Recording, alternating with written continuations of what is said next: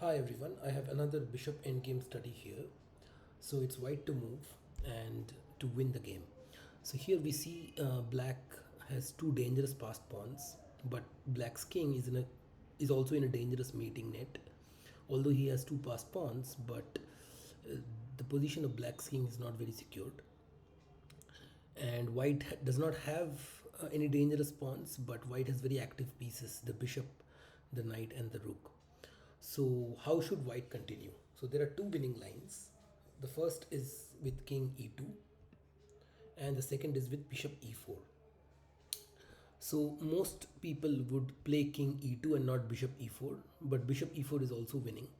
The reason most people will play king e2 or king f2 is because it gives a discovered check.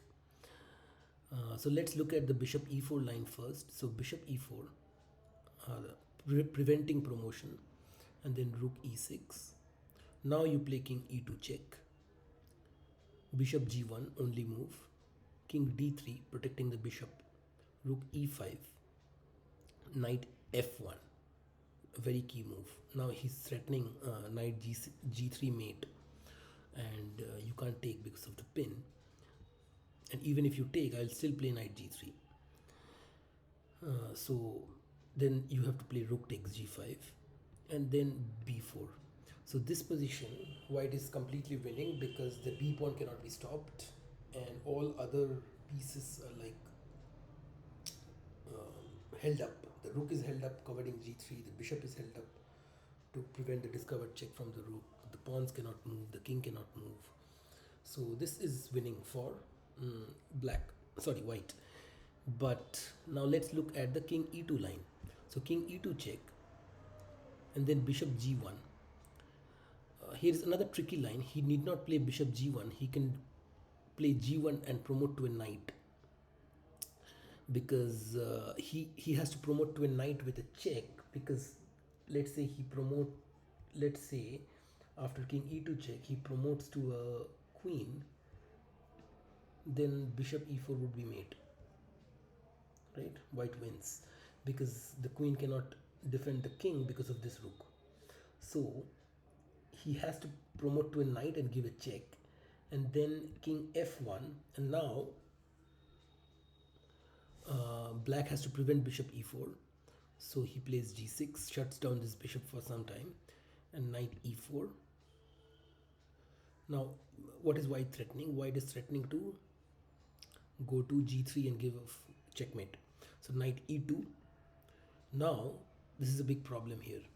Most people will take this knight, but taking this knight is not going to help white. Let's see what happens when he takes. King takes e2.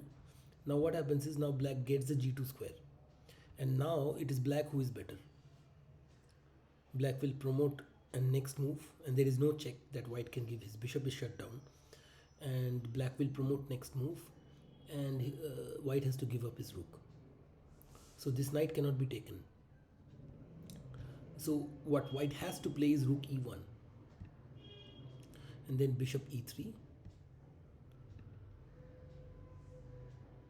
bishop takes g6, rook takes g6, and rook takes knight. So this should also be winning for white. Rook takes g5, knight takes rook, bishop takes g5, and this should be totally winning for white. Bishop h4, king f3, king g1, rook g2, king f1, and then rook takes pawn. So this is winning for white, but this is very complicated.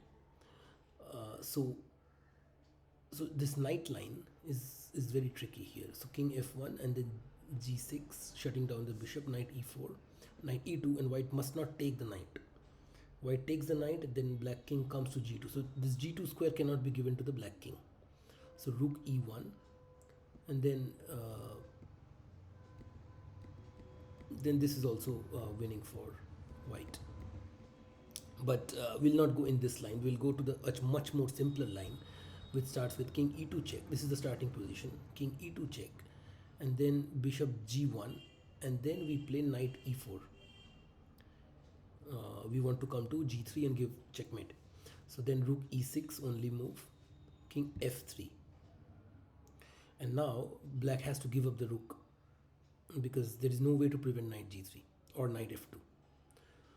So black has to give up the rook. Rook takes e4. This is much forcing line.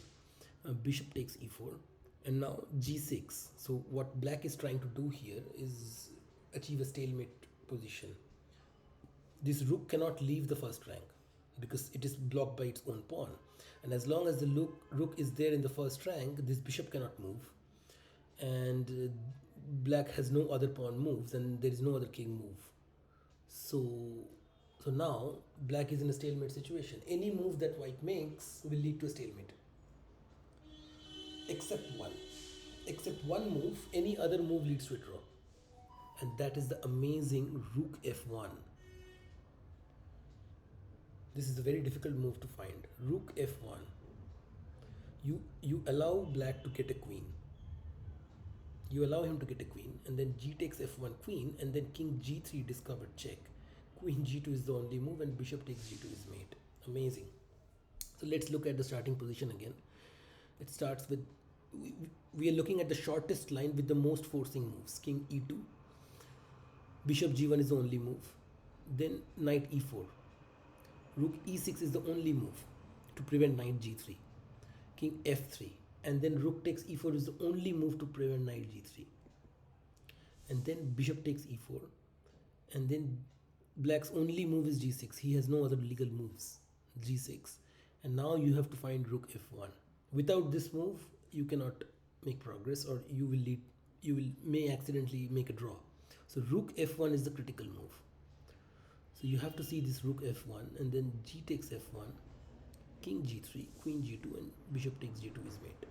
The other lines, which starts with bishop e4, rook e6, king e2, bishop g1, king d3, rook e5, knight f1, rook g5, b4, is not so easy. I mean, it's still winning, but you have to calculate a lot. You have to calculate so many possibilities, right? Uh, but the line starting with king e2 is much more forcing in nature.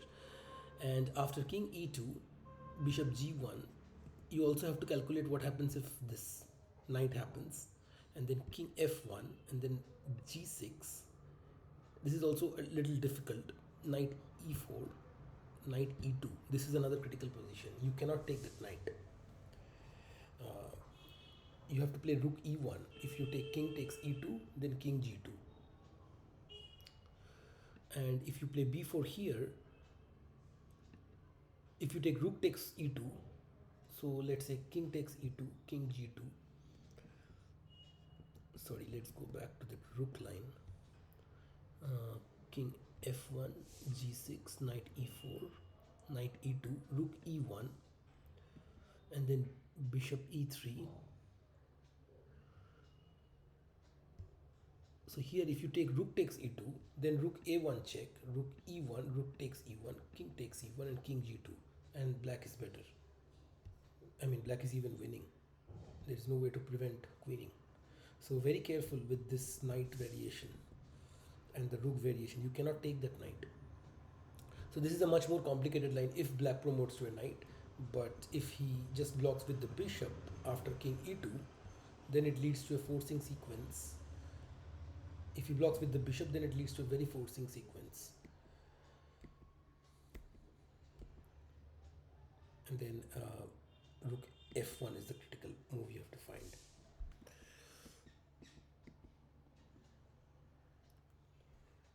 Thanks.